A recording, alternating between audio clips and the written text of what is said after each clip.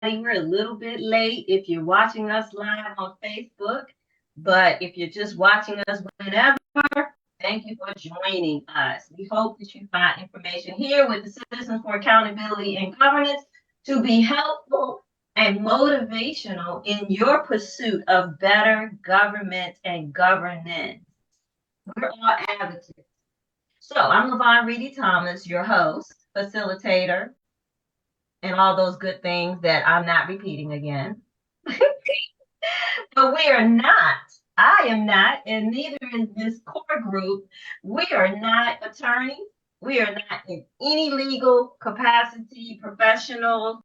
We just are intelligent, passionate, concerned people who have our own experiences as parents, as residents, taxpayers, civic leaders, and we want to bring our experiences and make them useful as we hold our leaders accountable. So we're going to get started with a different spin, and that's going to be in recognition of Black History Month. We're going to each identify someone that we want to give a little tribute to. We're not making it long. And we just want to be part of the cause.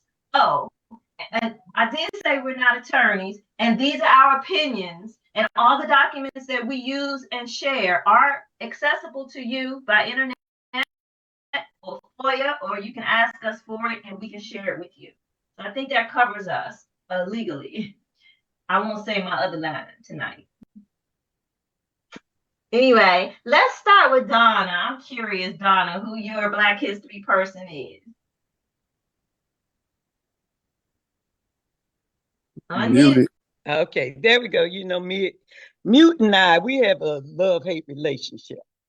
Okay, so my Black History person that I would like to recognize is Marion Barry. And Marion Barry was the DC mayor in 79 to 90 to the 90s. And Marion Barry, first of all, gave me my first job. And secondly, Marion Barry set up Camp Goodwill for us to go to. And we were gone for 2 weeks. And my mom seemed to love that. I didn't understand that, but yeah, I have to ask her about that later. But why I'm recognizing Marion Barry, though he had problems. He had problems, drug problems, and things that impacted him to the point where he even ended up in jail. But what he did is he ensured programs and things that help the community, which is the exact same thing that we're trying to do without any drugs involved. We are trying to make sure that the community can receive benefits that we know we're paying for as taxpayers. So that's why I brought up Marion Barry. Ta-da. All right, you and everybody else got a job. Y'all be acting like Marion got out there and handed you your employment application and all that good stuff. All right, let's go with you, Derek. Good afternoon, everyone. My Black History Month hero for tonight would be Claudette Colvin. Claudette Colvin was the true Rosa Parks before Rosa Parks got all of the credit for not giving up her seat on the bus. The difference was that Claudette Colvin was 15. She was brown skinned. She did not have pretty hair, and she was pregnant at 15. So the Southern Christian Leadership Conference in the Civil Rights Movement did not feel that Claudette Colvin was the icon or the person that they wanted to put out front to lead the Montgomery bus boycott situation. So they used, quote unquote, a lighter, prettier hair, married woman in Rosa Parks. And Claudette Colvin has never really gotten her due. So I want to give her some due tonight because she is the one who was the first one who really did not give up her seat. Thank you. Thank you. Salute. Yeah, actually, I went to the Civil Rights Museum last summer, and they have an excellent exhibit. It's at the hotel where Dr. King was assassinated, and they take you through the whole southern trail of the civil rights movement, and they have a nice exhibit tribute to her. All right, go ahead, Sherman, our coordinating technological person, bringing up.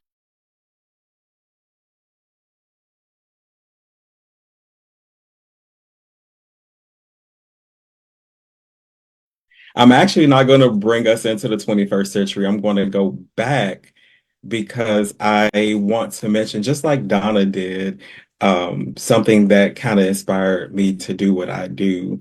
We have the Greensboro Four, who were four individuals who sat down at a counter at a Woodworth in Greensboro.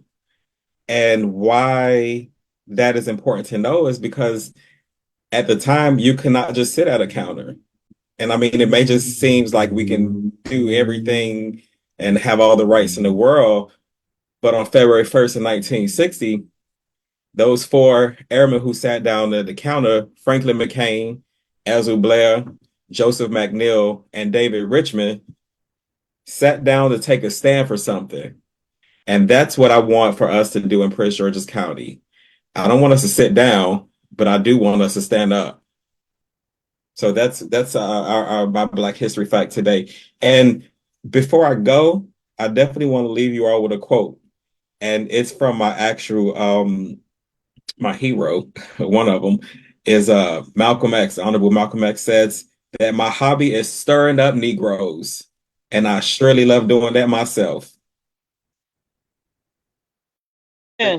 That my parents were in college in North Carolina A&T with the the Greensboro Four, so I know them very well.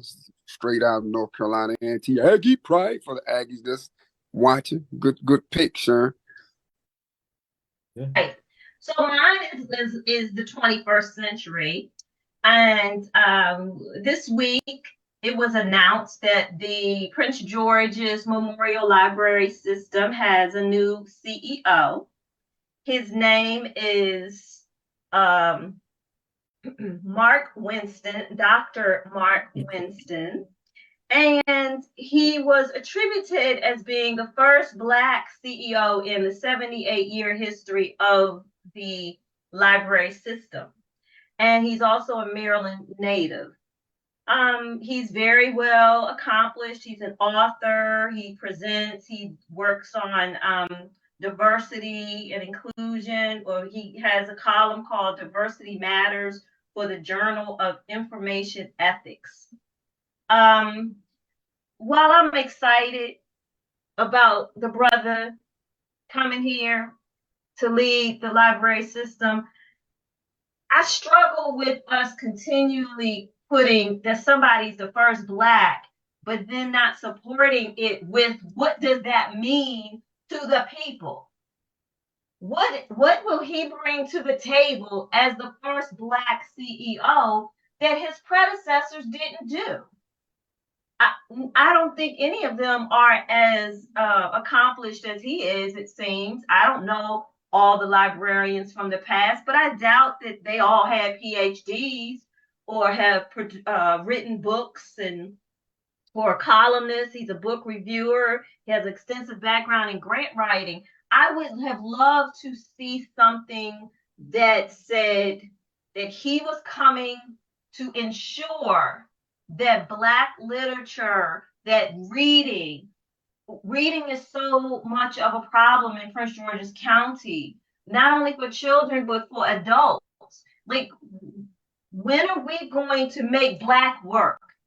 When is Black really going to matter in this majority African-American county? That we run from we like to talk about being the first Black this, but we don't do anything with it. And so I think somebody took a little bit of offense maybe by what I said on Facebook, but I just want people to stop tapping into that emotional, exploitive posturing of putting Black folk, putting that you're Black. If you're not going to do anything that's different from the other people in the past 78 years, then why does it matter that he's Black? So I'm hoping, because back in the day when Black literature, writing with Black authors, was with the Terry McMillans and all of them, when that was blowing up, Marita Golden, Connie Briscoe, all of them, those two are local women. You couldn't get into the library when they had a reading.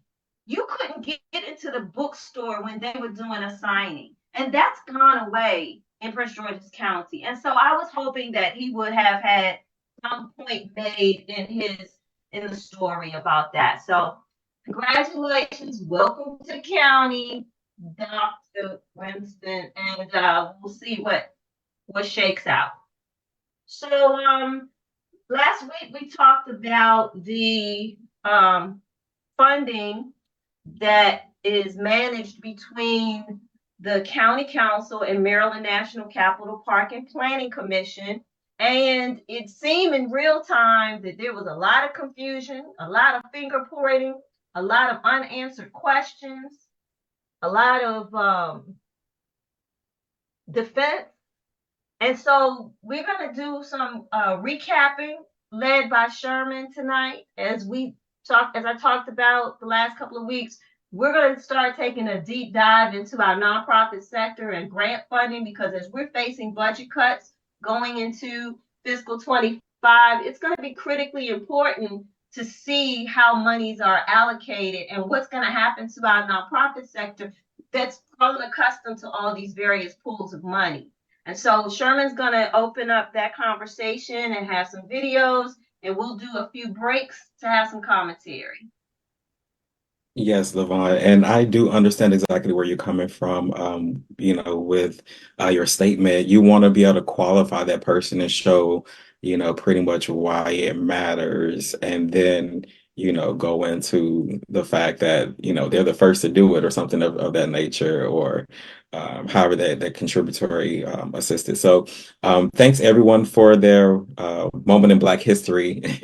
I definitely, like Levon said, I definitely want to go over some things as it pertains to some of the dysfunction that continues in Prince George's County. Some of the lingering questions that we still have is why were these funds allowed to persist in the manner that it did?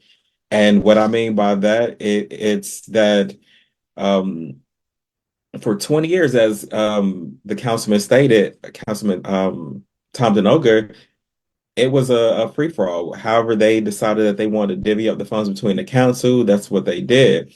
I also want us to focus on what the inspector general has stated, because there's dysfunction not only with the council, but also with Park and Planet. And some of their gripes, actually have merit, for the fact that there's no formal guidelines, there's no formal selection process, the Cumbersome process. I mean, I've been at Park and Planning before, Parks and Recs, in order to rent a facility or, to do, to even call or investigate about certain services is a hassle.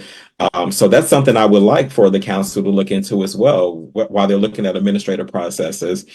But we need to have a process where we get feedback from the community as well as it pertains to these funds, because we do a budget hearing and we go through that process. But once they become line items, and these become items that are drawn from based on programs that are ran like grants, as the inspector general has said, we need a little more oversight. And as you will see, some of the council members have actually agreed with that.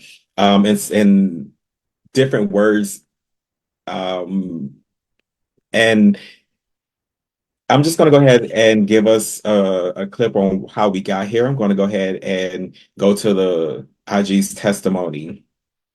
I wanted to start out by explaining that the OIG's review was completed as a management advisory. It was not an audit completed per generally accepted government auditing standards.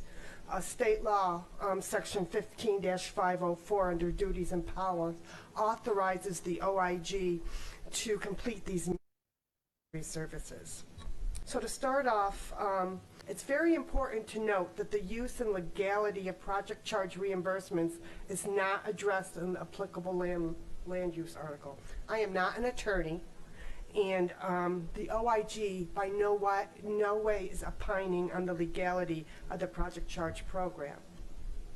I'd like to draw attention to the last paragraph on page 2 of the report, as it summarizes the project charge program through the lens of transparency. It says, there are no formal guidelines for identifying what agencies or programs should receive project charge reimbursements. Project charge recipients are not required to complete an application for funds or statement of need. The Commission's leadership does not have a role in identifying project charge recipients or the amount specified for reimbursement. This is completed by the County Council. The report breaks project charge reimbursements into 4 categories for easier understanding. The first 2 reimbursements to Prince George's County Council, and then reimbursements to the county, are funded out of the Commission's administrative fund. The third, reimbursements to county municipalities and organizations, are funded out of the Commission's Park Fund. And the last, reimbursements to county not-for-profits, are being reimbursed out of the Commission's Recreation Fund. The background section of the report includes a chart and a graph dealing project charge funding levels over the years. Fiscal year 24 project charges totaled over $14 million, which was a 58% increase over fiscal year 23. Pages 4 of the report depicts project charge reimbursements by category since 2015.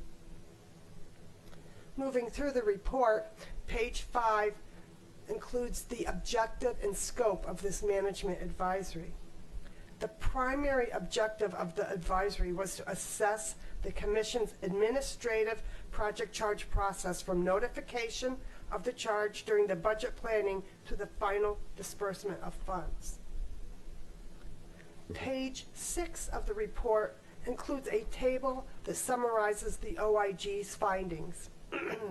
The first 3 findings significantly increases opportunities for fraud, waste, and abuse of taxpayer funds. Those findings are: 1, there are no formal selection procedures for identifying what agencies or programs should receive project charge reimbursements. 2, the project charge program significantly hinders the Commission's ability to confirm identified project charges align with the Commission's core services. And 3, the criteria for defining the dollar value of planned reimbursements is not available. After assessing the administrative processes, the OIG recommended formalizing the selection and approval process for reimbursements. This would require County Council to document how the annual reimbursement amount was determined. County Council is supposed to submit quarterly invoices to the Commission for reimbursement. The invoices include employees' initials, rates, and the reimbursable amounts.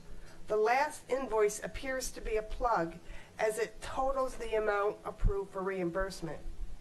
As the current supporting documentation provided for reimbursement is basically unauditable and adds 0 value, the OIG recommended the completion of a one-time payment to County Council instead of the 4 quarterly payments. Again, our observations and recommendations are similar. We found there's a lack of public transparency over the use of tax-based funds due to the undocumented selection process. In addition, the contract and invoicing process is labor-intensive and provides limited oversight. Although the payments are structured as reimbursement, it appeared the overall project charge program is very similar to grant issuance. As a result, the OIG recommended outsourcing the administration of the project charge program type 3 to an organization that specializes in grant management. Type 4, this is the largest group. These are reimbursements to not-for-profits. It begins on page 18. There were 97 not-for-profits approved to receive project charge payments in fiscal year 24 in the amount of $8.4 million. Appendix on page 28 contains the complete list of not-for-profits. 12 of the 97 were approved for one-time reimbursements. Payments are made out of the Commission's Recreation Fund, which should be used to regulate, operate, and maintain recreational functional programs, facilities, and personnel. Most significantly, the OIG determined there was a lack of public transparency over the use of tax-based funding. There are no defined criteria on how the not-for-profit organizations were selected or how the reimbursable funding amounts were determined. The OIG recommended the County Council formalize the selection and approval process. We recommended the development of an application to be completed by potential project charge recipients that includes a narrative of how the funds will be used. Per forma financial statements should be required, and the disclosure of any potential, perceived or actual conflicts between County Council members and the recipient. Although payments are structured as reimbursement, again, the overall project charge program is similar to grant issuance. As a result, the OIG recommended outsourcing the administration of the project charge process to an organization that specializes in grant management. However, without predefined eligibility criteria and a formal review and approval process, there is a significant risk of inappropriate funding and possible conflict between County Council members and the Prince George's County recipients.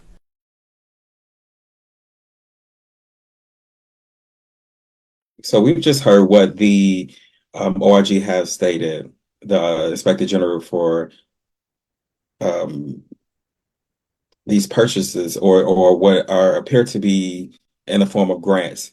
And the problem that we have with this, as she stated, is the lack of training that not only the council members have, but it also has a lot to do with the staff over who does the approvals. Because as we'll uncover later, it's an arduous process.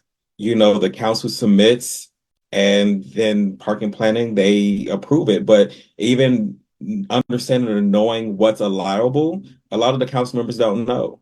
And so they've been making up as they go along. And that's why we need to uncover and do what's necessary to protect our budget. I'm going to play a couple of more clips to catch us up. And this is from the, go ahead, Alaba. My first recommendation is that it be renamed. I'm curious as to why it's called.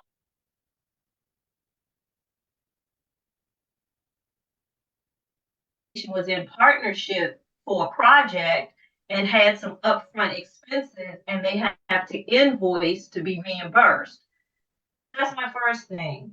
My second thing is, with all the corruption that we've had around contracts and nonprofit funding and all of the accusations, innuendos, and lack of transparency and nepotism, favoritism, cronyism, you would think that this would not have come to this place, that it can't be that we've been doing this for 20 years and it's okay. We shouldn't be doing anything the way it was done 20 years ago. And that to me was the biggest cop out that I heard. And definitely the conflict of interest. So you can go ahead. Yeah. And to that point, okay.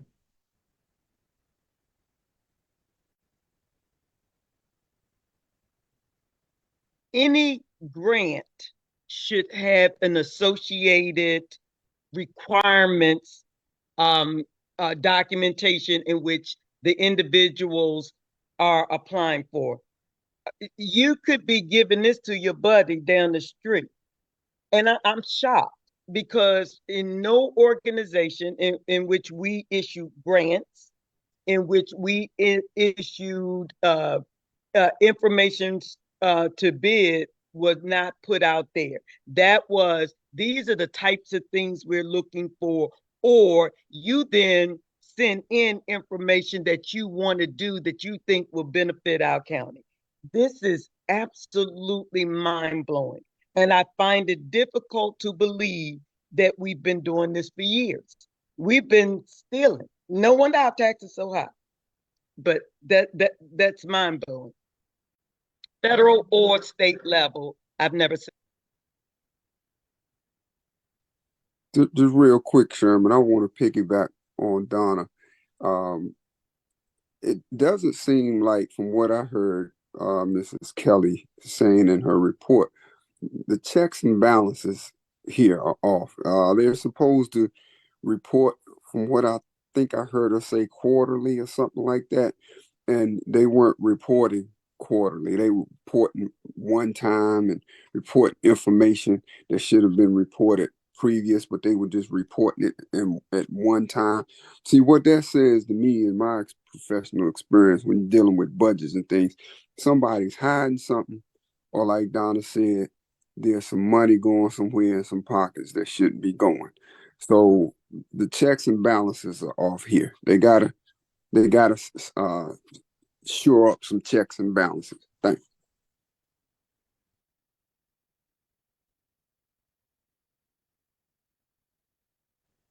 Yes, thank you so much for adding that input to the both of you all. I just want to say that um, right now I'm going to play a clip that kind of explains how they are confused. I would in so like to many know words. because when I came in and I noticed that project charges were like all over the place and it didn't seem clear what the actual, what would limit. Can you just be specific? What is the limitations of a project charge? What types of projects? Because I see there's some that are being denied and then there's some that are actually moving forward. So can you tell us what exactly defines what will be a proper project charge? Well, the commission does not define who receives the project charges. That's defined by county council. My office looked at it as, we looked at the funding sources, which were the various commission funds, and at a high level, either said this makes sense or this does not.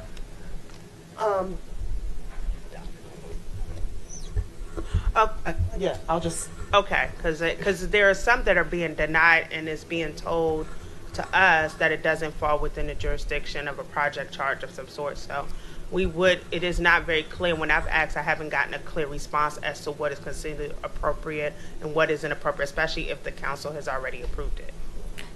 So what would be considered appropriate is if the fund aligns with the Department of Park and Recreation's focus.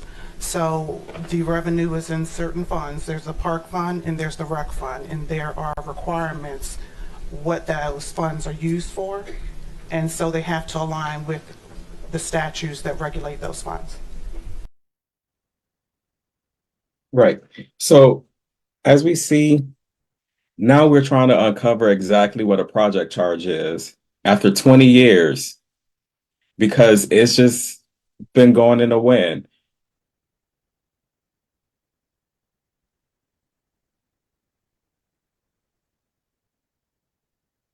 Planning does, then half of the list should have been eliminated. She didn't answer the question.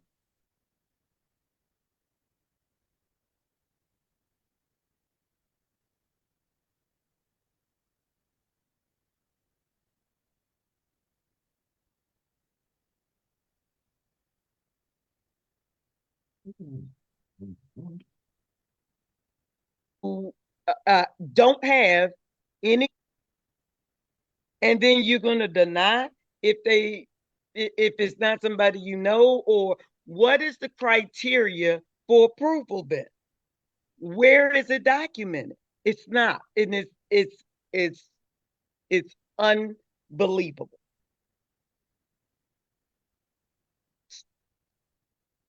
Thieves. We'll talk about the reimbursements to not-for-profit. And that it quotes Maryland Land Use 18-306. And it states, the commission shall use the revenues from the tax imposed under this section to finance its adopted budget to regulate, operate, and maintain recreational functions, programs, facilities, and personnel in Prince George's County as the commission determines. So again, it's the Department of Parks and Recreation which is making this determination. So again, there are different processes and they're not syncing together within our county.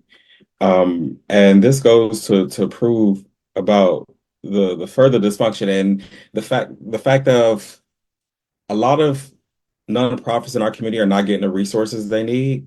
And it's because of the infighting between departments and agencies and different governments. And I just want to go ahead and play a couple of more clips from, and this was about the committee meeting that happened on Thursday. Good morning. Just to speak to our project charges and some challenges, we have 109 total project charges, of which 104 was originally approved, and then we have 5 additional that were approved through the October 23 budget amendment. Of the 109, we have 39 fully executed, which means they have submitted a scope of work, it was approved, and the contract was routed for approval. It was routed and is now is considered active. We have 2 declined, which means the awardee actually said they did not want to use the funding. We have 15 that have not responded with a scope of work as of January 31st, 2024. We have 1 that was rescinded by a council member. We have 13 that have approved scopes and the contract is being routed for approval. 27 were asked for additional information. 12 are currently in legal review. So of the 109, they go through several different steps and processes. Some of the challenges are, for this year, I will say, previously I don't think there were any questions about what is considered approved recreation or what projects align with our mission. But this year there were some questions about that. So we did receive some scope of works that took a little longer for us to review. We needed to send to legal to see if we could legally use funding out of the rec fund for those projects. So those were a little bit of a challenge and still remain so. In addition, we have a challenge because there's information that's forwarded to individuals outside of the DPR and or our department, and that information should be forwarded to the project liaison directly, not to others outside that process, so that the information can be processed in a timely and efficient manner, questions can be answered appropriately. And again, just to reiterate what Director Tyler may have mentioned, is that just in general, the process needs to be reevaluated. Again, based on this current year, there are some new scope of works that were submitted that we need to address and give the awardees more information on what is appropriate and what is not appropriate use of funds in the park and rec funds.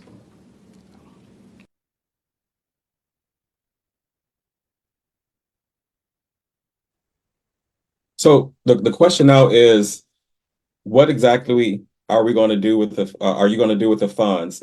And for a time, the council has been just trying to fit things in place so that these nonprofits will be able to receive those funds. And that's part of the process. As you see, I'm sorry, one moment. And for now, we have to determine exactly how recreational looks in our county. And that's the unanswered question as we've divvying out funds, because what I really want to highlight to you all and why this is so important these are line items out of the budget. These are the park funds and the recreation funds. And we're funding private institutions that get to select individuals who they want to be part of the program.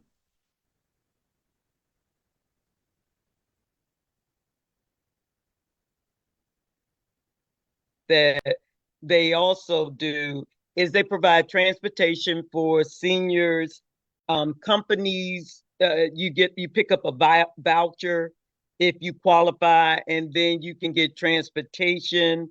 But the transportation, for example, from Upper Marlboro to Bowie was $64. If you get $200 a month to be able to go to your doctor's visit, etc., that comes out of the park and planning offices where that's administered. Does that type of item qualify?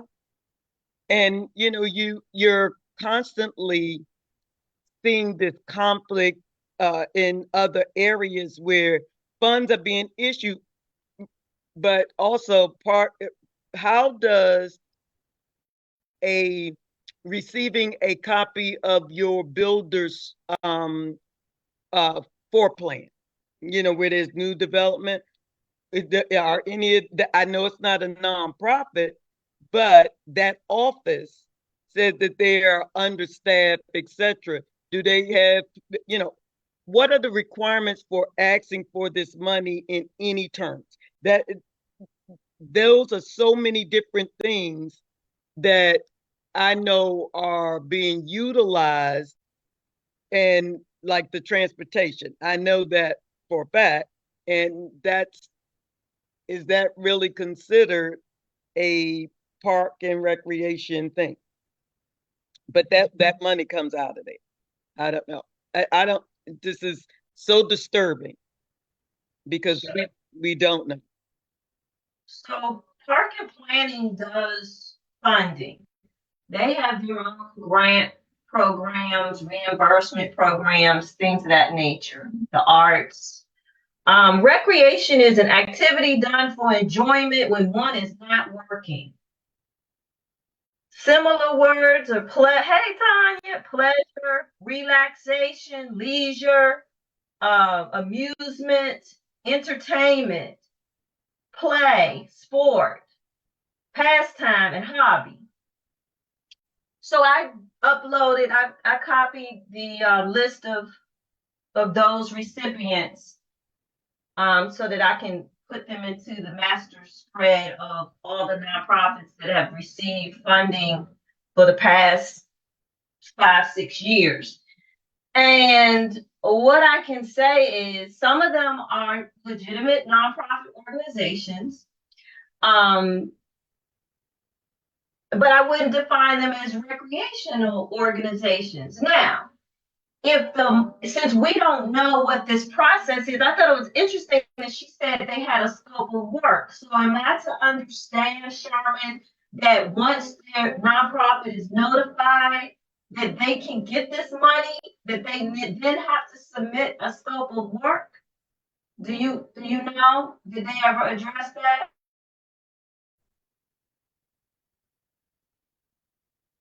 Right. Submit the scope of work, and then it determines how much money you need, or it reviews it and evaluates how do you do that? I don't understand that logic. Well, again, we go back to checks and balances. You heard the lady say that I think she said at least 12 of them were in legal review. Where I assume in that legal review process, they're looking at that particular organization as to whether their scope meets the criteria to get the money. But why? I mean, how does it even get that far? Shouldn't it be a check before it even gets the legal to see if they're meeting that standard? Um, it just doesn't seem like the right checks and balances to me.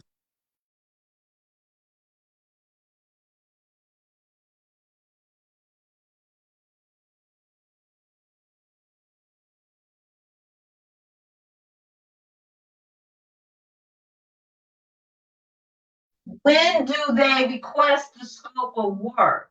Did they ever say that, Sherman?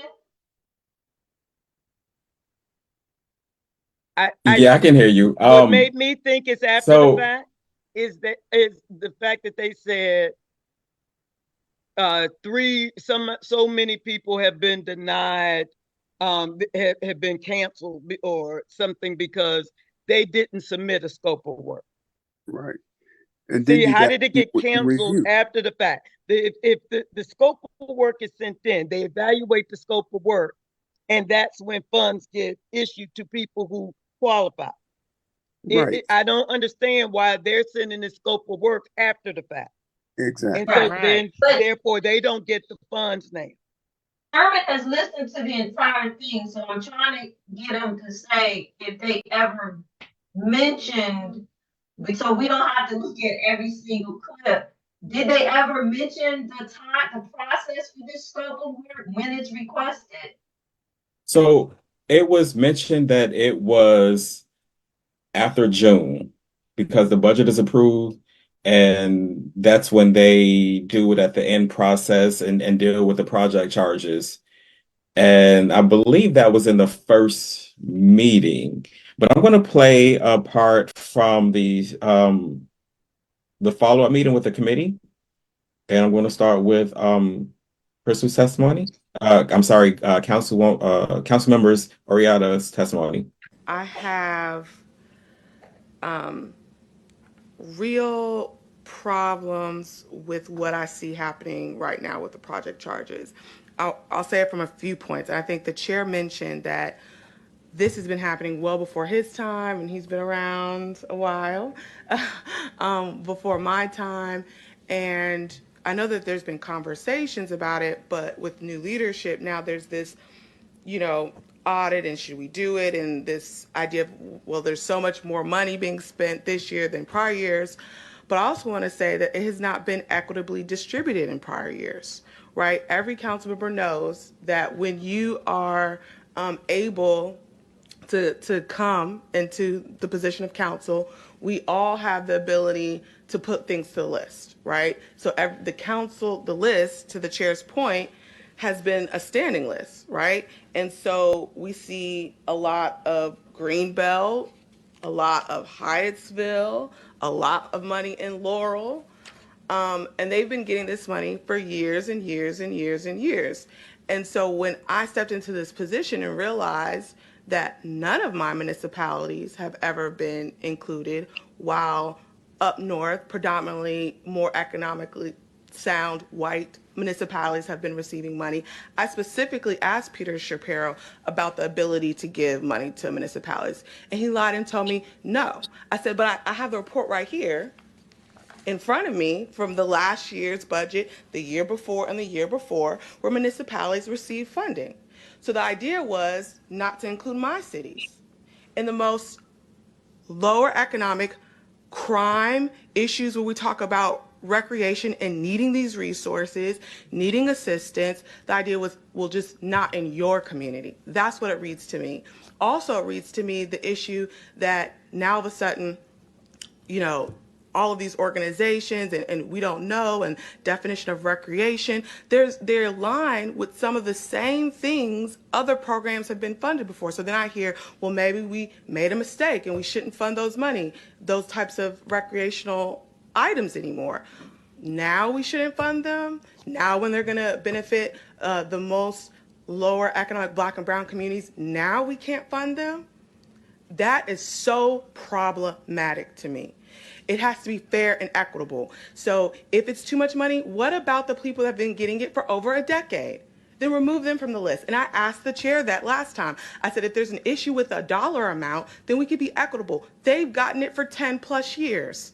So if we want to keep the total amount lower, then we can have a rotation that if you've gotten it for a decade, you're off the list and move on some communities that haven't got it. So that was always put on the table as an option. But the idea that there was just this stark move was because there was a part of the community that had never been included. That's the reality.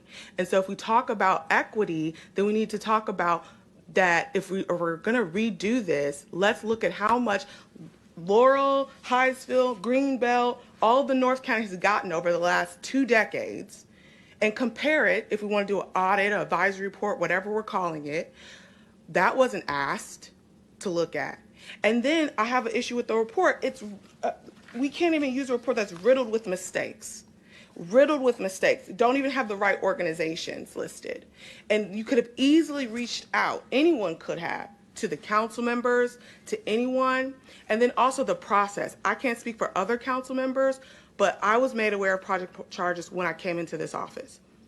To my knowledge, nobody's project charges were removed, right, from last time, but the chair asked every council member to put forth a list of people they'd like to recommend. That was when Chair Denoga was there. I submitted my list. Some got on, some didn't get on. I met with the leadership.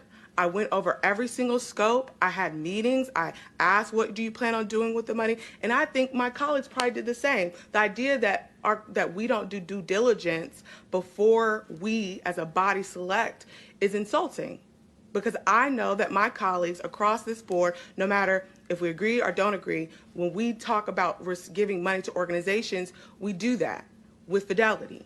And so we do it with our non-D grants, we do it with project charges. I believe all of my colleagues do that. So again, you could have asked the process. There's an assumption of no process. But I know no one asked me. I don't know if anyone asked my other colleagues what the process is. There's assumption of no process. So this report was based on no information given by the body that made the decision. So you talk to Park and Planning, you ask them, they don't make the decision. They don't make the report. So what I know that didn't happen is you didn't ask council members. So there's an assumption here in this report, and that's problematic. And so the issue I have is that if we do anything to evaluate and change this process, that equity is at the forefront of it. If it stops my community from getting $1 of money, while I will say it, up north, predominantly wealthy white districts have gotten it, I will be livid. Absolutely livid.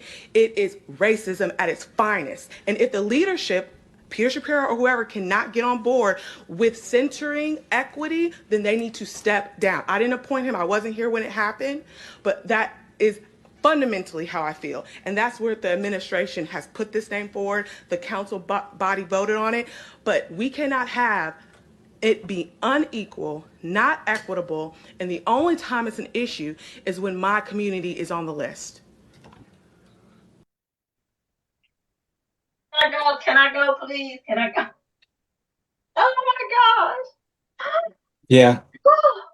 It So in that she said parking planner doesn't make the decisions, and they do approve them after they're submitted by the council. Um, Councilman Denoga had a response for this. I'm going to play that shortly. But again, I just want to highlight the point of knowing that we have a budget deficit. We're still talking about and fighting to give funds to organizations, and howbeit that they are doing the work. Albeit, I mean, I'm sorry, that they're doing the work. We get that, we understand that, but we still have to tighten our purse and understand what we are giving funds to, because not every organization on that list had to have the exact funding that the council provided. Can You have something to I just want to interject real quick. So I love what she said, and it was true. Y'all know I be struggling when the rebels speak truth, right? It It is true. is racist, and I'm sitting here looking, and it's inequitable at the least. It's inequitable.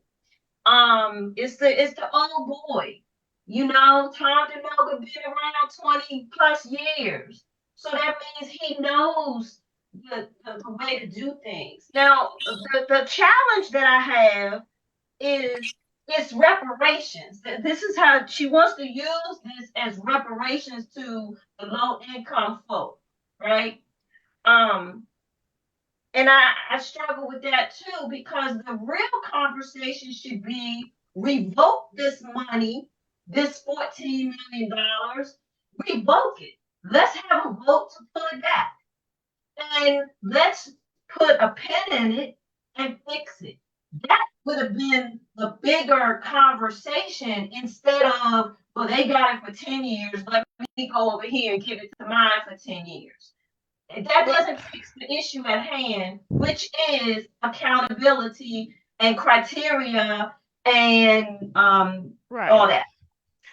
Okay, because I had a question too on that line. Well, not a question, but a statement. I hear what she's saying about the North County.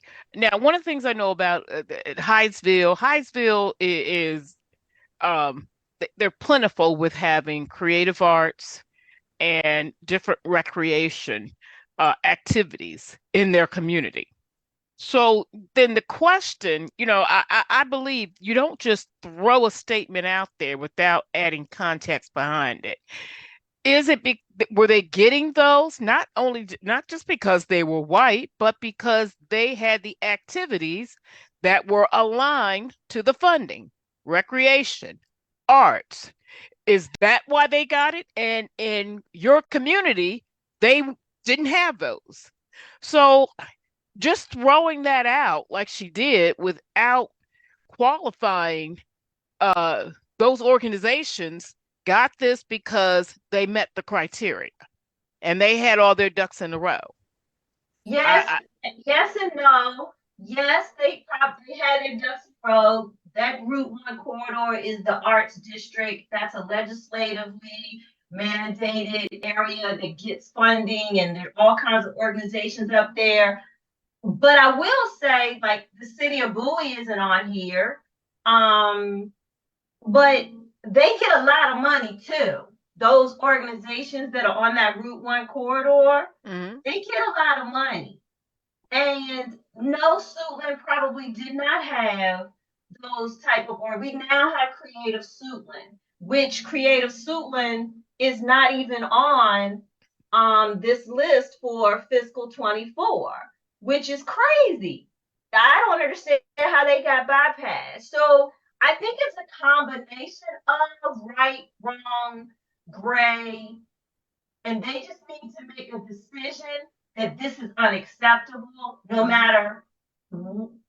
It just needs to be started over. They just and my other question is, why are we hiding money in park and planning to give more money to nonprofits? How much more money do you need to give to nonprofits? I'm not saying they can't use it, but some of these on here are not recreationally focused. Yes, they work with young people, so maybe it's to fund field trips. But there are no narratives with this. I would consider a field trip a recreational activity. We know that it's expensive to take kids on buses and all that kind of stuff. So there are too many nuances and too many questions. But go ahead, Sherman.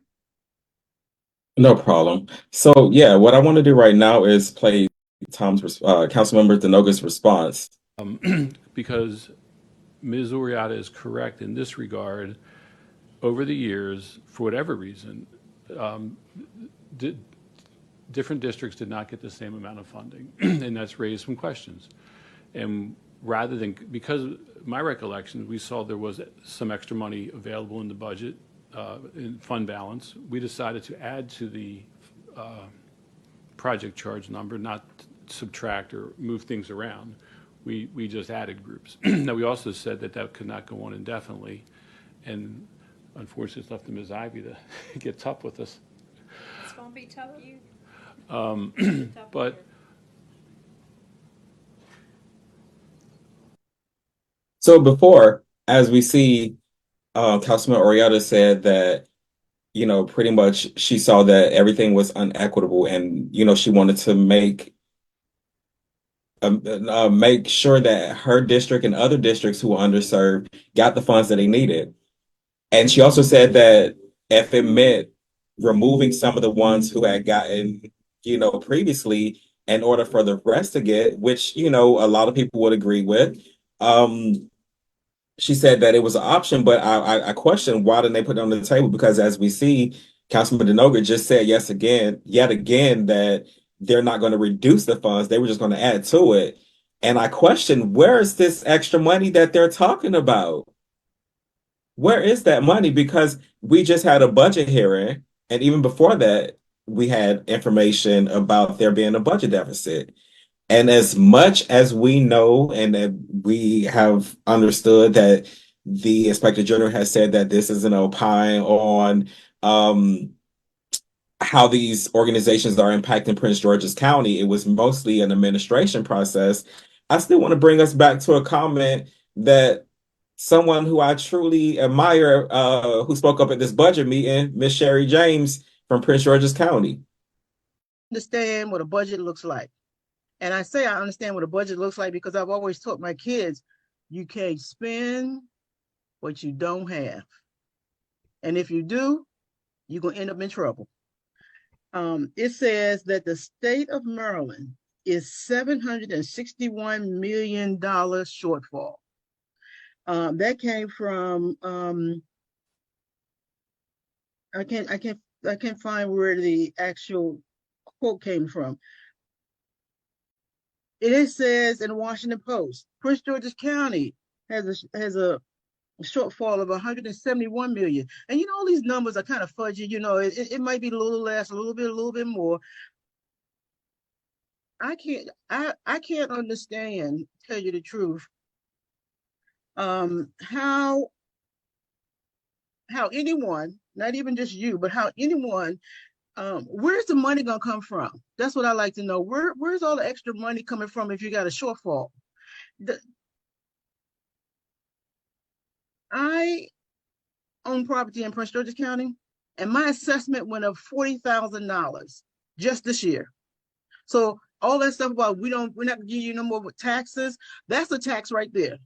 That's a tax right there because my tax bill is gonna go up because of that assessment. And yes, it probably is needed to pay for, you know, for all the shortfalls that we have.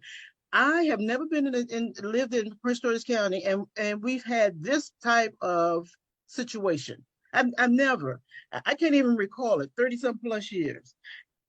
I speak from a medical background, and I would love for everybody to have insurance. Trust me, I really would.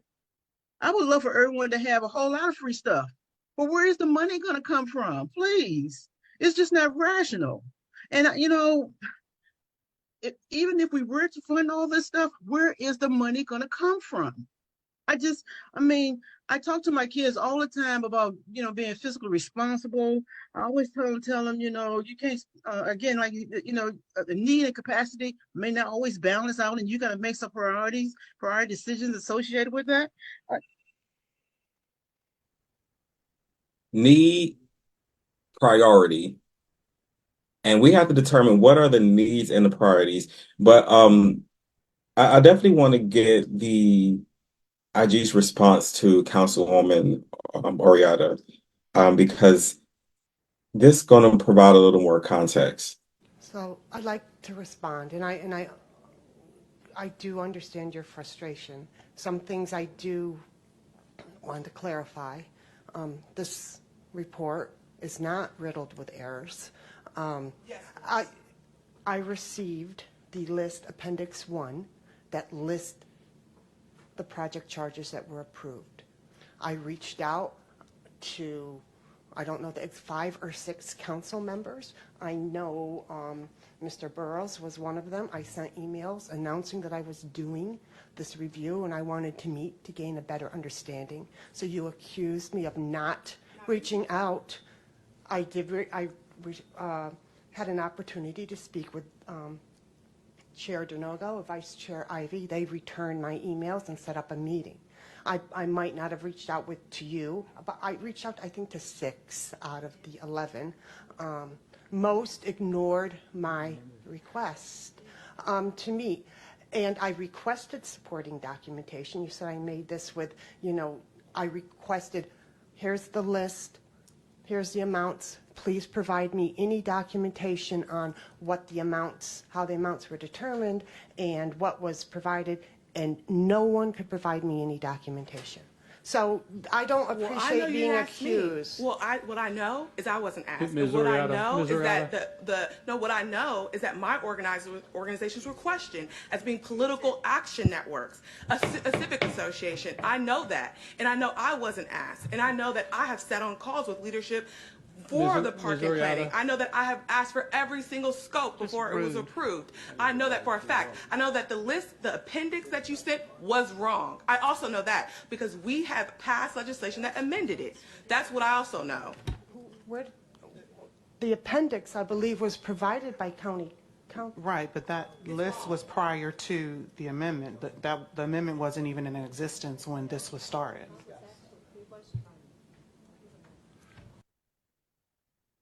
Whoa, wait a Just minute. rude, rude, rude. That was not cool. So a couple of things. One was back to the previous clip when Tom was to roll the bus over Jolene again, as though he's blindsided about this whole discussion. He referenced that in the council of the whole as well. Number two, I want to understand the voting process. Obviously, there's a list that's put together and the council votes on it, as council member Calvin Hawkins inferred that there were 6 votes that got this approved. And to me, he was inferring that the other 5 didn't agree with this list. So my question then becomes, how is it a simple majority on something so critically important? Why would it not require a 2/3, if not a unanimous? So I did place a call and a text to Councilmember Hawkins, asking him to explain to me his comment, and he has not yet responded. That was just earlier this afternoon. Hopefully he'll get back to me. So I'm still confused about it all. And then Tom says different districts didn't get the same amount of money. So are we now to believe that the pot is divvied up? And why did he have to add money? Why didn't he just acknowledge the entitlement, privilege, generosity, opportunity, advantage that's been taken by these groups all these years, and just acquiesce and say, you know what, you guys, I'll let you have a stab at it first, and however it falls, if there are organizations that I want to put on the table, we can do that. So again, I was also told by someone that there are, and I know this to be true, with the $100,000 fund that each council member has. I don't know how this council functions, but during the Baker administration, several of the council members used the Greater Washington Community Foundation to manage their disbursement of grant funds. They did not want to have anything to do with the process. You sent your application, the Greater Washington Community Foundation reviewed it, they asked questions, whatever was set up, and then if they would present it to the council member for approval or agreement, or go ahead and give them a little bit more money or whatever, but they were not part of the first step.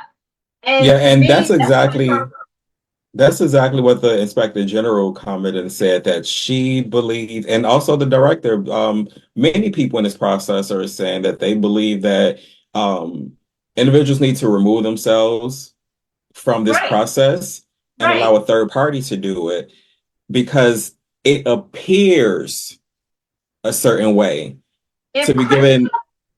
I'm sorry, if No, go ahead. Councilmember Oriata can sit there and yell across the table at her, why are you involved in the scope of work? That to me is swaying the opportunity. You're now investing yourself in their process in a contract. And that's part of what I've been trying to say as well. You know, that's like going to the federal contracting and ask the Corps or the contracting officer, well, hey, you know, how y'all gonna do this process? How can I fit it in so that I could win this award? Right. You're trying to make sure the amount of money and everything everybody else gave first before I submit mine. I'll submit mine before it's due, but it's just It's wretched.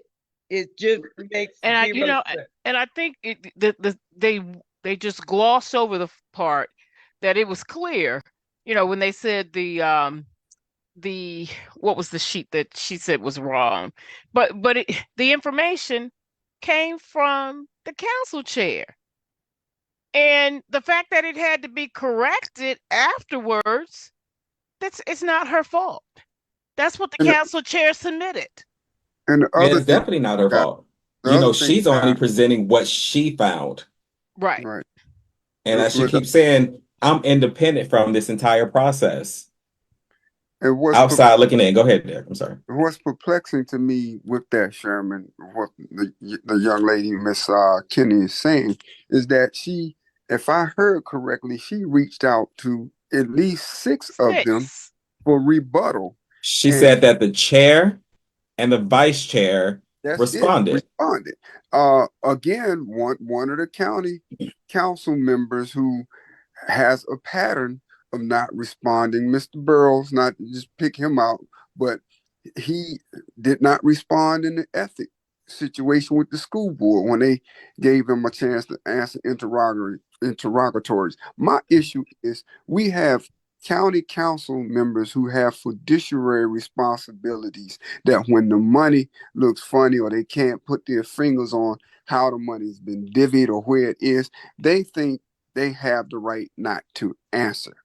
That can't be, man. You can't sit on a county council, somebody asking you direct questions about stuff, and you just not going to respond. People in power have to stop doing that, and that is rampant in this county. And another point too. Remember now, she said she requested information for things that areas where she needed additional information. Well, there could have been with crystal items, there was enough information, but it was still questionable. She didn't need any different additional information. It was glaring out to her what was obvious. And so just the rudeness of, I think about how she talked about how Calvin Hawkins and how Mel Franklin were so rude to her when she was asking for that extended care, or being able to vote while she's out on maternity leave. But then you can't even show the same to someone else. Her just disrespectful and defensive. Like, you're trying to defend what you're doing. This lady just looked at what she saw and reported it. Yeah. And the That I is want that, to, that's speaking it. of, Association does function as a political arm. They volunteer in campaigns. They bully people. They block people from coming to meetings. All kinds of stuff has happened over time. That's not to say they don't do the annual Suitland Day, which could be considered a recreational activity. That's not to say that they don't support activities at the schools in the neighborhood. But the fact that she said she was trying to help make sense of it all is unacceptable. Why are you, as a council member, negotiating the money for an external entity? Right. That's just unethical all the way around. Mm-hmm. yeah. That And the just, next, It's steering. and, yes, that's and the next, word what I I'm want to looking do, for. I'm going to play the Inspector General when she spoke at the committee meeting. But the report contains specific recommendations, correct? God bless Mel Franklin. Ms. Kenny is here, and if you would like to hear from her.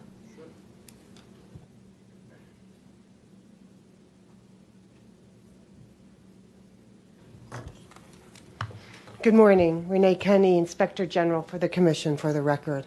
I do not have the report in front of me, but yes, there were specific recommendations. Ask and I shall receive. It was an advisory. It was meant for commission management to help understand actually, I was asked to point out the gaps in the process and to maybe identify some efficiencies and some improvements. So a lot of the recommendations were administrative in nature about invoicing and the timeliness, but the heart of the recommendations came down to transparency, that there needs to be processes put in place to identify how the recipients were identified, how the amount was determined, to make the process more transparent. And that was the recommendations throughout. The report included a, right in the front, a table, excuse me, that had, there were 8 findings, and they're on page 6 of the report. They're not a true audit finding. If this was an audit report, you'd have the issue, you'd have the cause, the criteria, everything that's required for a formal audit. Again, these were summaries of my findings that I wanted to present to management. And the very first one, there are no formal selection procedures for identifying what agencies or programs should receive project charge reimbursements. So it's not a detailed recommendation about how to do that, but it was more of a, that was my finding. There were no selection procedures. The second one has to do with the Commission's ability to confirm the identified project charges align with the Commission core services. And that was the heart of the conversation that was just held, that there's no guidelines for what's a recreation, what is park funding. So that was really what number 2 was about. The third one was criteria for defining the dollar value of planned reimbursements. So when I looked at it, it was before you got your supplemental list. There were 97 not-for-profits, and some were getting 100,000, some were 50,000, some were 100,000 last year, and now they're 75,000. But from looking at it as an auditor with an auditor hat on, it's like, well, why are they getting 75,000 and last year they're getting 100, or why was 50 determined? So the point of that finding was, it needs to be fleshed out how these dollar amounts are being determined. Is it just someone woke up one day and said 100,000 is a nice round number and this is what we should be giving them? So that more of like, is there a statement of need and what is this going to be used for? Let me see. Supporting documentation is not being provided in a timely manner. That's more of an administrative recommendation. I met not just with the Department of Parks. Also, there's some of these that are processed through our planning department. Some of the project charges are processed through the commissioner's office. And there was the administrative process is just there's no rhyme or reason. The backup that's being submitted is not really auditable, and it just doesn't make sense as in an efficiency manner. Contracts between project charge recipients and the commission are executed in numerous months. Again, that's more administrative. Number 6 was the commission's project charge policies included with the contract are not consistently followed by the parties. That is more of an internal recommendation that some of the contracts would require, for example, that they provide financial statements if the dollar amount was over a certain amount. And during my review, I found that some of the contract requirements were not being consistently followed. That, reimbursements were being made without the contract. And I think one of my comments was maybe more training to commission personnel to make sure that that is being handled. That was number 6. 7 is, again, administrative. The billing and remittance process is labor intensive. And 8 Project charge stakeholders, commission employees, county council members, and recipients are not adequately trained in the project charge program. And that's, again, everything that everyone has already agreed to and decided that more action needs to be taken.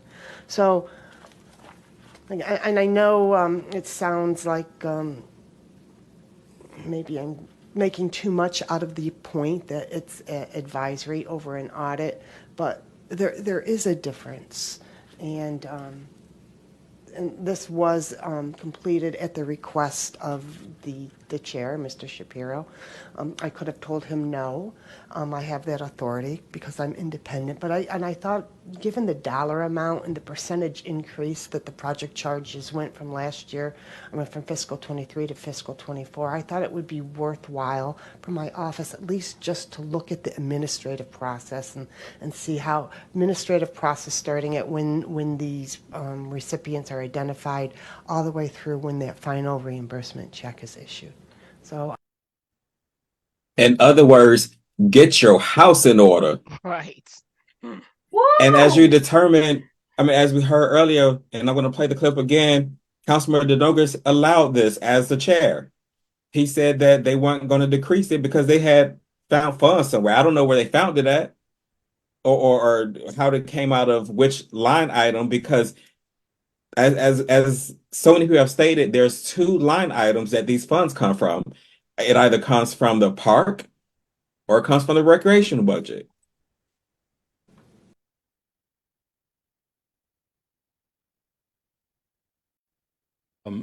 Because Ms. Uriata is correct in this regard.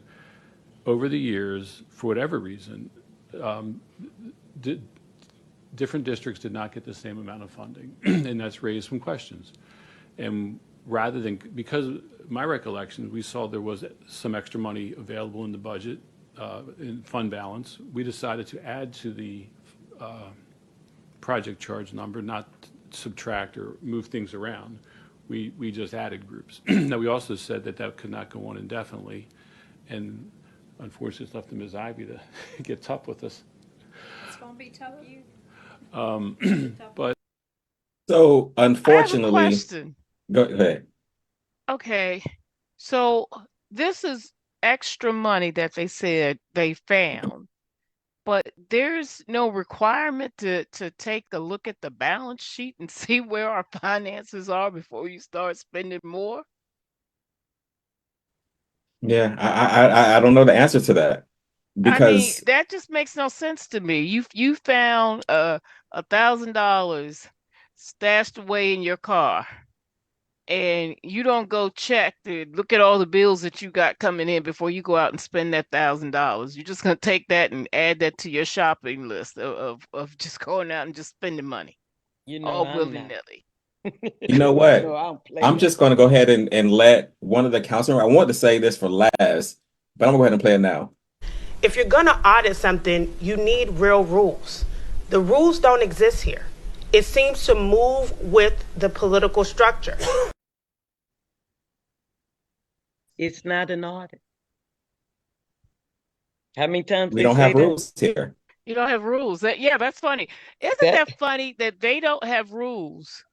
They don't have rules, but Edward Burrows convinced a senator to sponsor a bill to enforce oversight over the school board to monitor their integrity and make sure that they aren't doing things illegally and things that are not aligned with policies. But their house is in such a disarray to the point that he doesn't even respond to a request for information. Mm-hmm. Yeah, yeah, that's very interesting. And I just want to go ahead and bring up that since you actually mentioned Councilmember Burrows, we're going to go ahead and play his testimony next.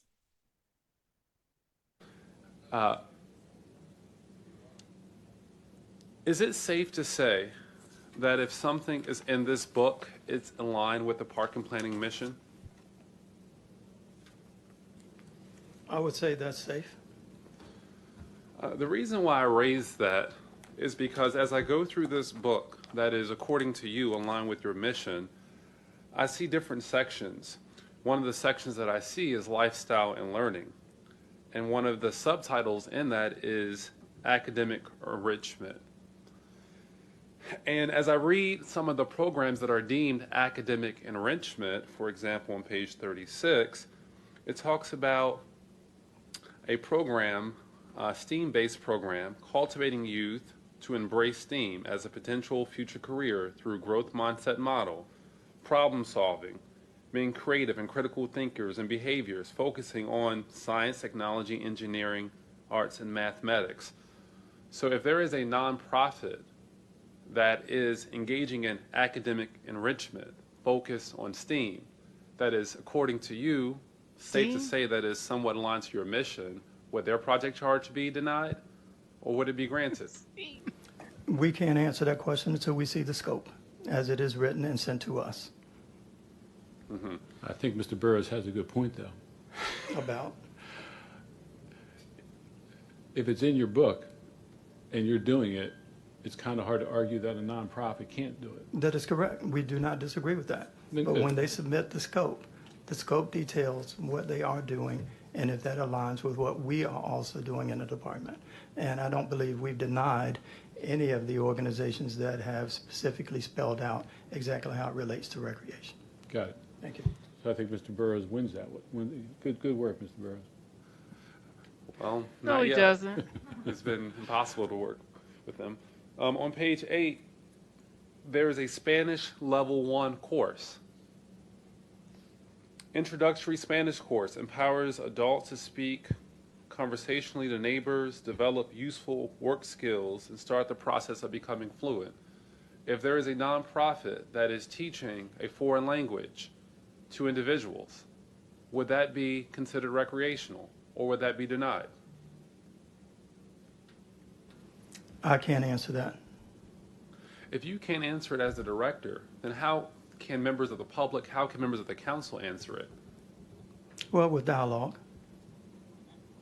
With dialogue. Yeah, with In dialogue. other words, he needs the scope. We have conversations that are in a form in which we are able to talk about those concerns that you have. Then I think we'll be able to come up with some reasonable resolutions. And to date, that has not happened on a regular basis, and we're certainly interested in that. You are interested, because Yes, I we are. haven't felt that way. I felt like, as it relates to one project charge in particular, as we're trying to create programming for poor black kids in my district, park Sure. and planning has been an impediment. Mhm. And there has not been a collaborative spirit. There has not been it's been more of a adversarial, a gotcha. It has not been, let's all get to the table and figure out how can we make this work. It's been, I I'll was send you not 30 part of an questions, the insurrection. nonprofit responds, denied. We then respond, and then denied again. At no point in time have I been asked to come to a meeting with Park and Planning to say, here's where there are areas in this scope of work that we have concerns. And this is what you need to do You in order to make shouldn't. it They're missing happen. the point. And the reason why I raise this is because on one hand you say that if it's aligned with your mission, the project charges get approved. And then I cite similar things that you're doing that He's this missing. program is trying to It's do, over his but the head. program is being denied. There appears to be a discrepancy. And I agree with your auditor or inspector general. There is a lack of transparency on Park and Planning's part.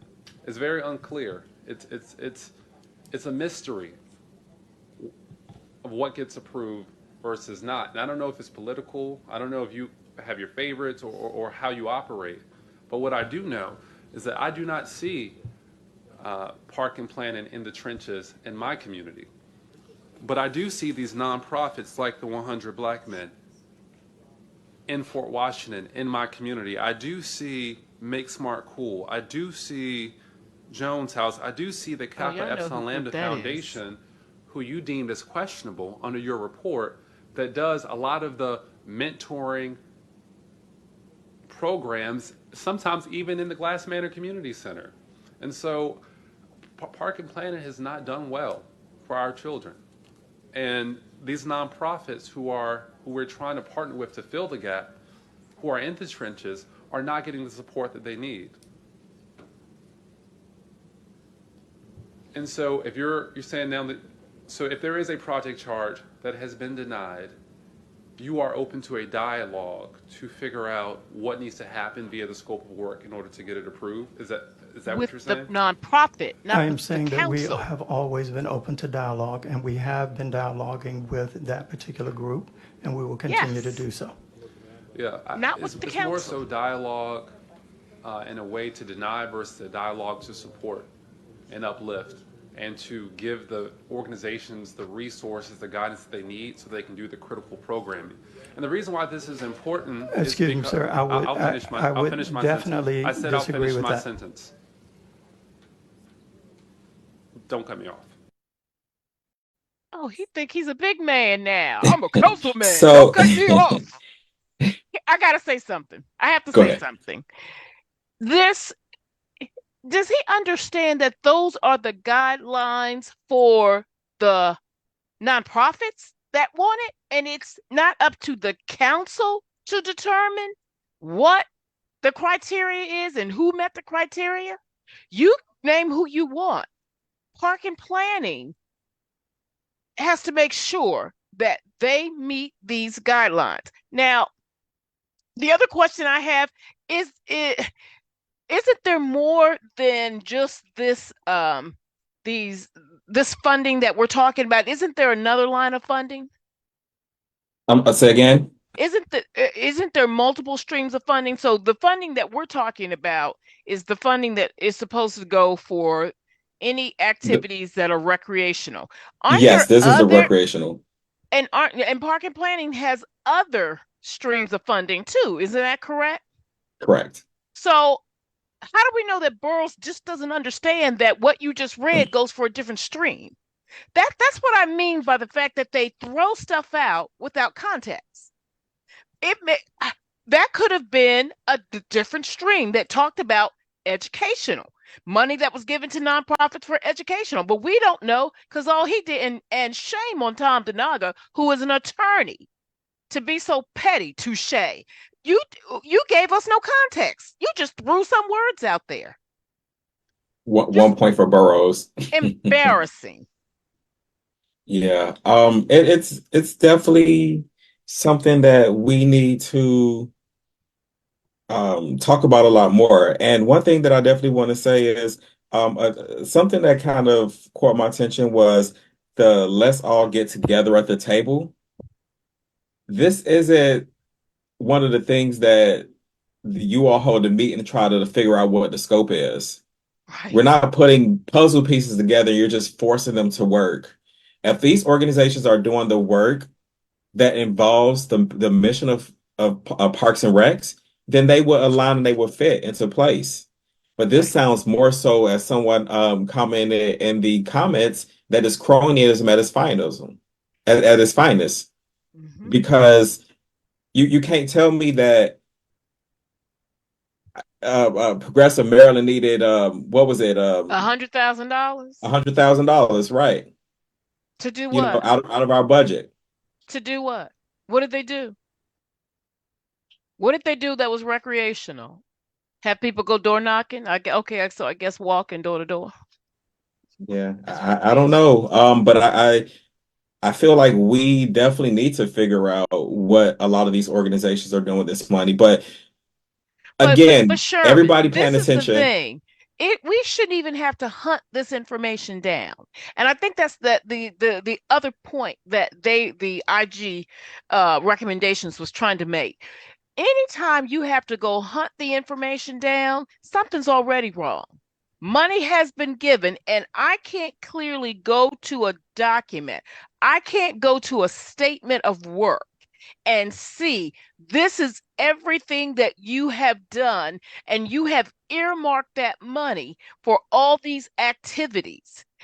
If I can't pull the document that you're going to send me that has been used to approve that money, and you give me that document and that stuff is missing, you're already out of line. You're already out of order.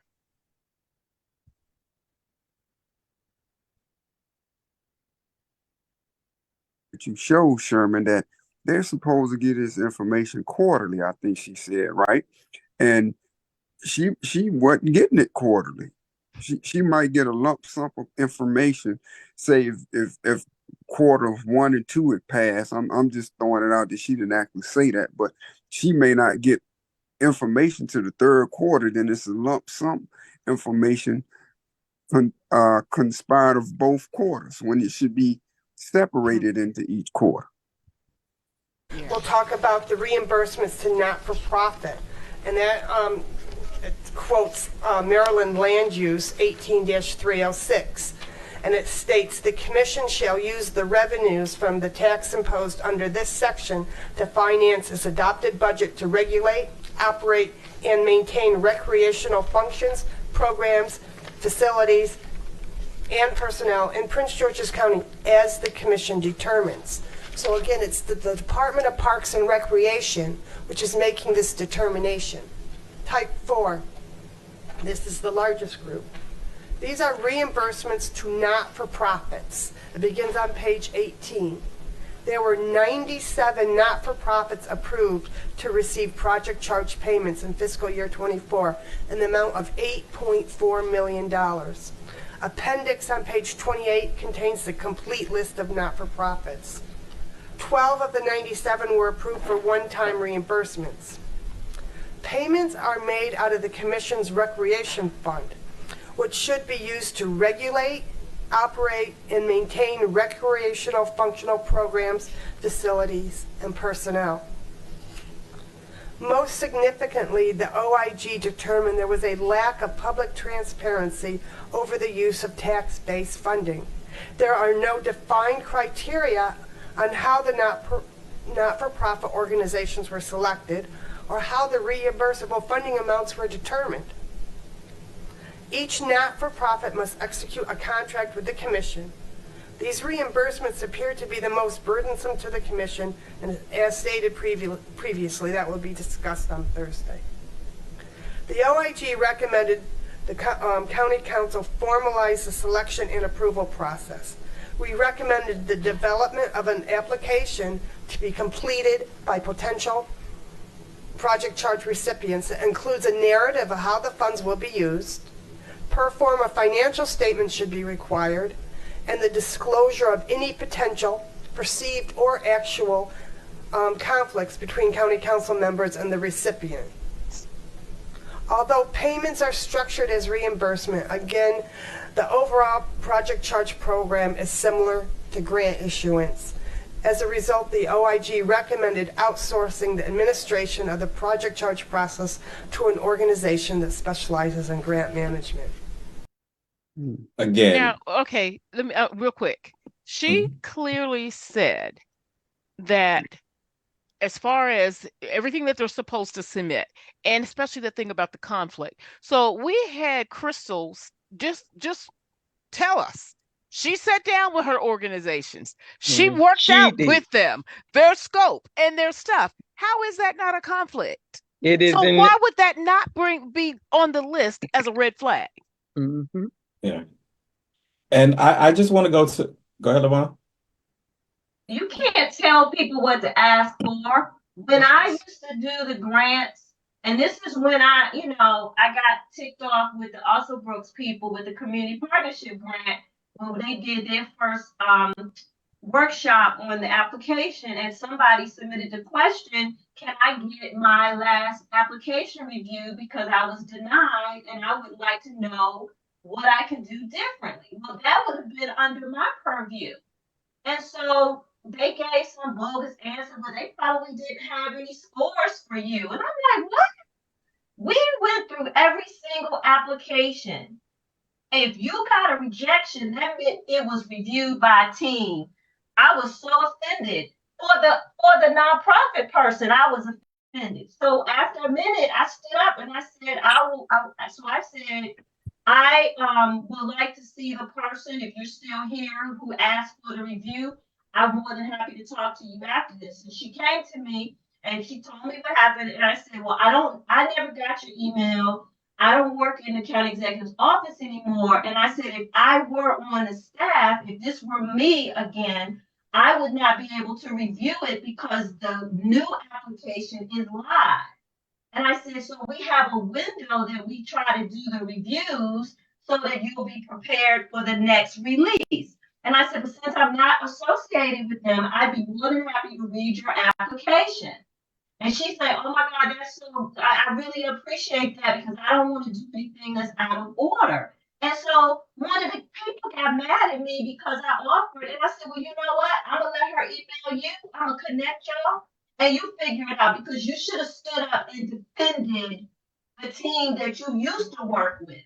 And so I was always very cognizant about my integrity and not crossing the line. I had somebody to challenge me to Baker because I recused myself from reviewing their application. And she sat in front of him and called me almost everything but a child of God, but she went to jail. Yeah. She went to jail. And I just want to reiterate why all of this is so important. Because we're facing a budget deficit Yes. and we have a council that is growing outrageous with the spending in this district. And again, I understand the need to fund certain programs. But as we've just heard, there is no formal process. Yep. There's no guidelines. There's a no statement of need. There's no supporting documentation. And we have confessed conflicts of interest. But Yeah. do they have to be in good standing with the state? Right. That's my other question. I'm like, that's the first thing you have to have. Now, I'm going to tell you also that there is not consistency between how the council processes its grants internally, that they're non-departmental, they're individual grants. I can't tell you how many people said, oh, that's not how the council, the guy in the council, he does this and he uses that. We used GuideStar and something else and he didn't. And so they would get approved with the council and not get approved with us on a technicality. Because we couldn't even come together as a government on what the standards were and what you were using to define acceptable standing. And so I just feel like in this culture, in this climate, I heard people in the budget listening session saying, can you add another $1 million? Right. Like, where are they going to get it from? And again, if I feel like this is this little something in the back pocket that they hold on to. And I don't know if you played this. I had to take a phone call, so I apologize.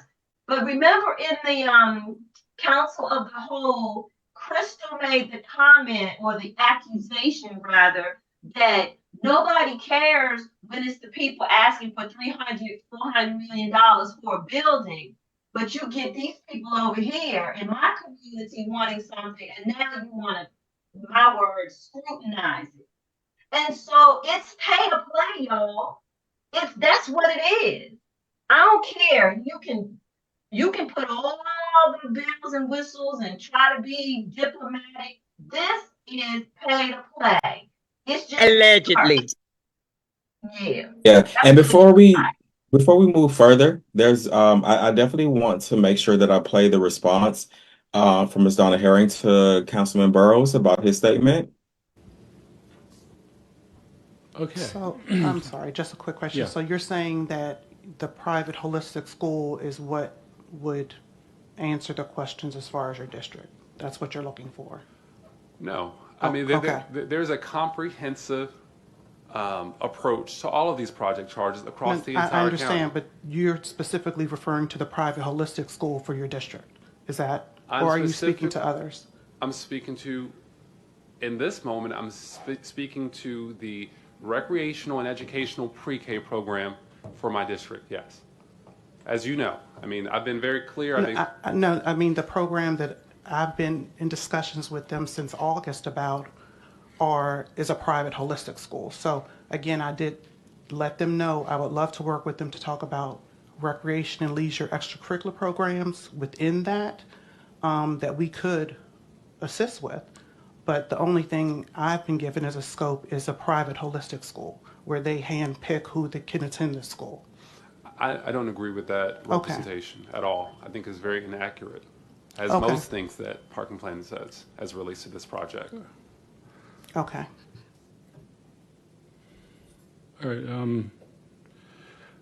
Mr. Burrows, you've made your point. I think you've made it multiple times. Hopefully we can get some resolution and get the ball moved.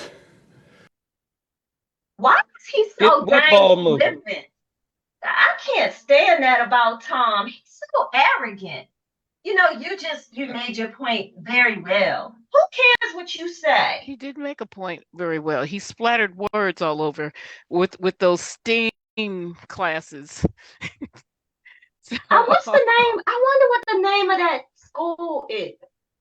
yeah, Yeah. you weren't part of the conversation, but you're going to tell a professional woman who has met with people, sat down and negotiated with them, and you're going to tell her, well, I don't believe you heard what you heard.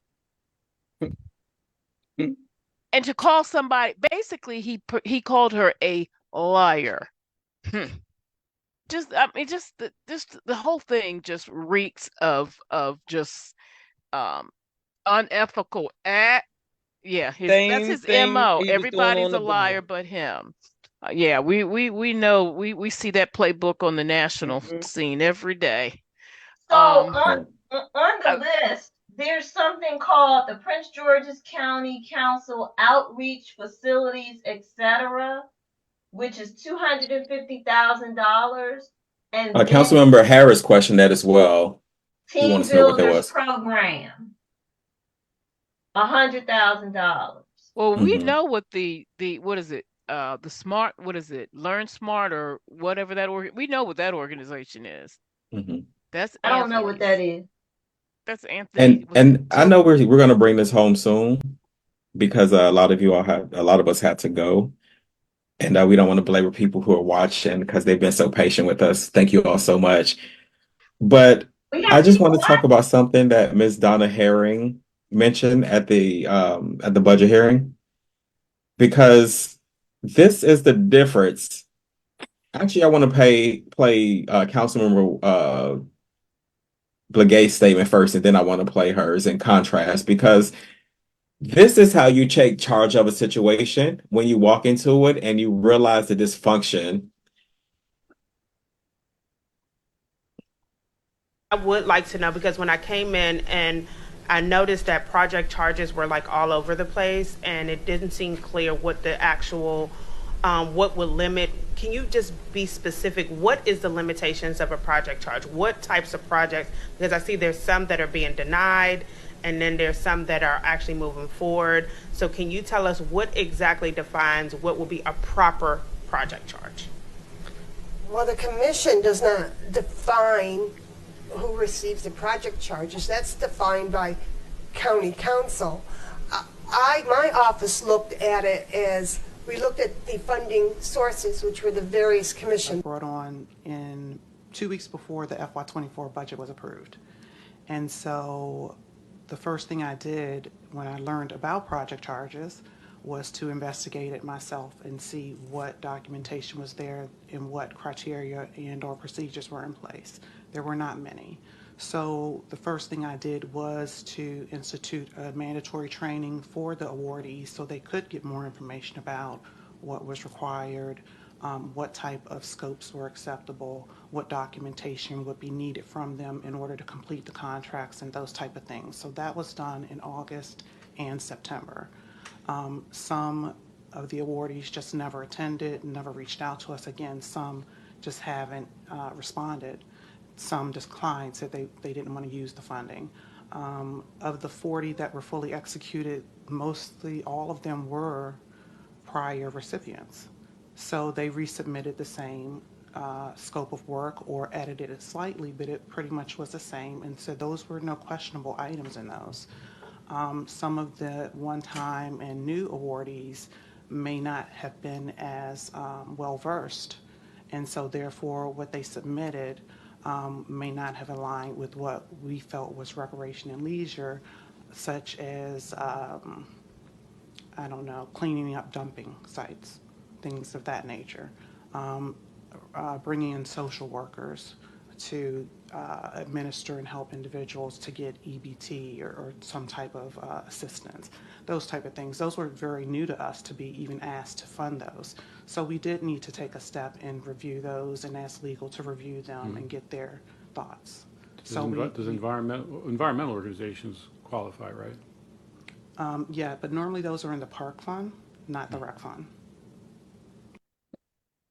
So, like I said, Edward's comment, like his comment about when he read from that book, we don't know which fund that falls aligns with.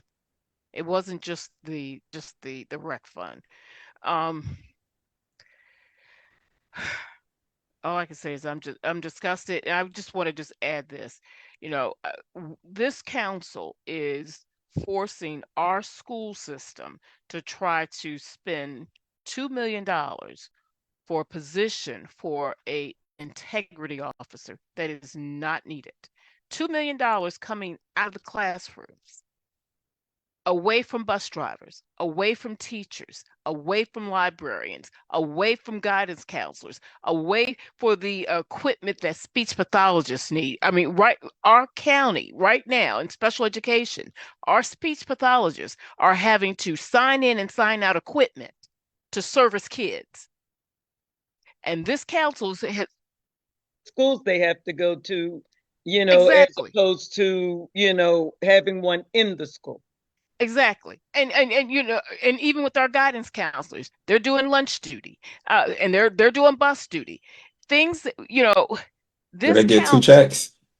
no, one check. The second check comes from CVS probably And with you their better part-time not get- job. And you better not get hurt while you trying to get a kid to the bus or a car comes, you better not get hurt because they don't want to pay you disability.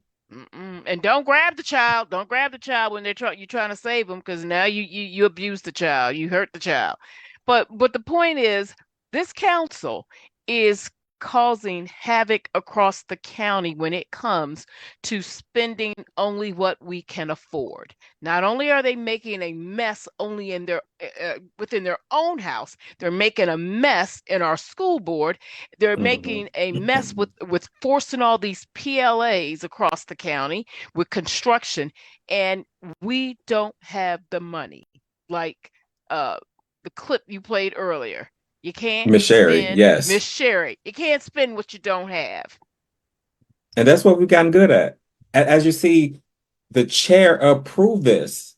The chair went ahead and said that we found extra money, or there was such a grievance, because I'm not going to cut what I'm doing, but we're just going to add to it.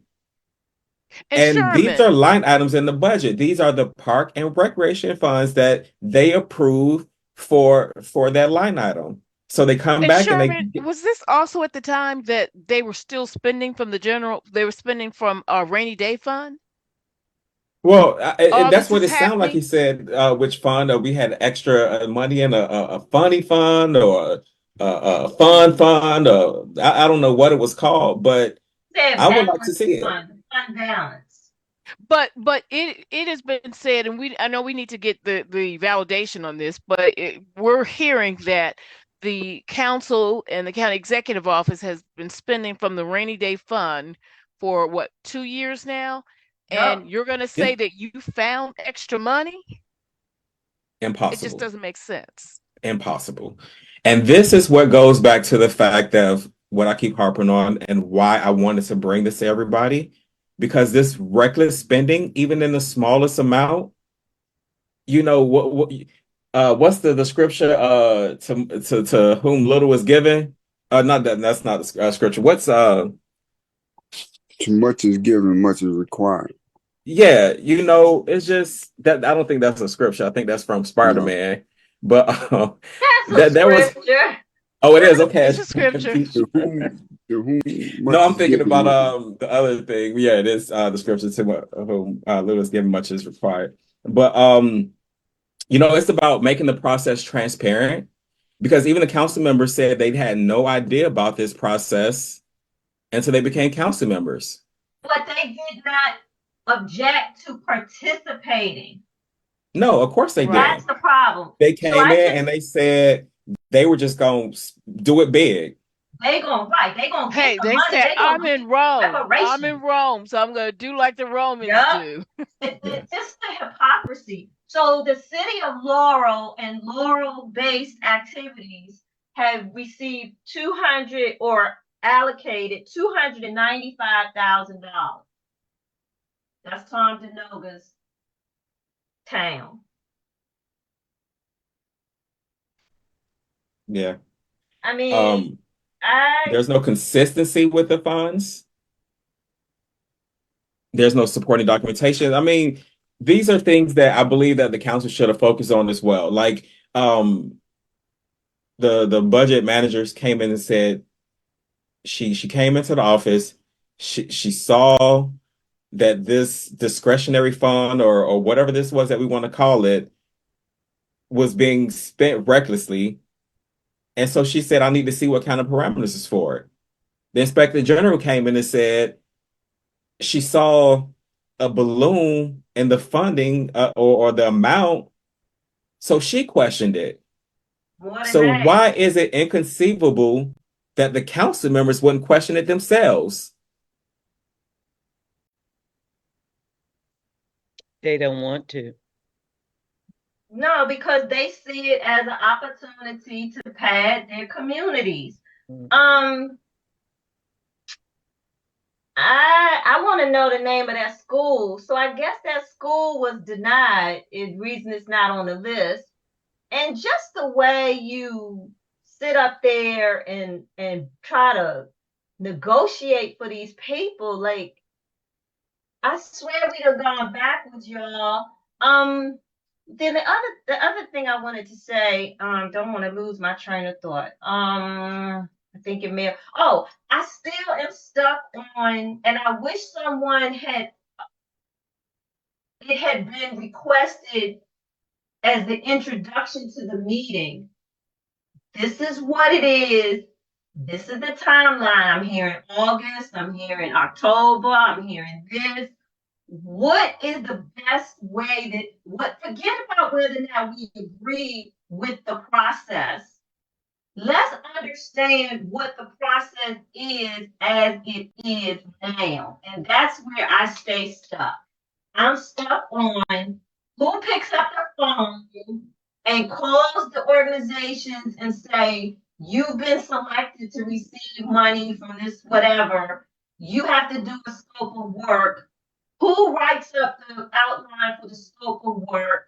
What's the turnaround time for the scope of work to be submitted? Who reviews it? And then when is the money? Is there a deadline by which the money should go out? And I applaud the people who rejected it, who declined getting the money. I applaud those organizations. I wish you could make it public, tell us who declined. Because I don't think that based on what she said, everybody who's on this list did not get funding. This is just what the council members proposed or requested. And then I'm going to go back one more time. Does every council member provide a list of requested funds for their organizations? Or is it just this handful of these 6 council members? Because I feel like every single council member should have been in that committee meeting. They should not have I don't care if you sit on that committee or not. Everybody should have been there because this is a all-out county issue.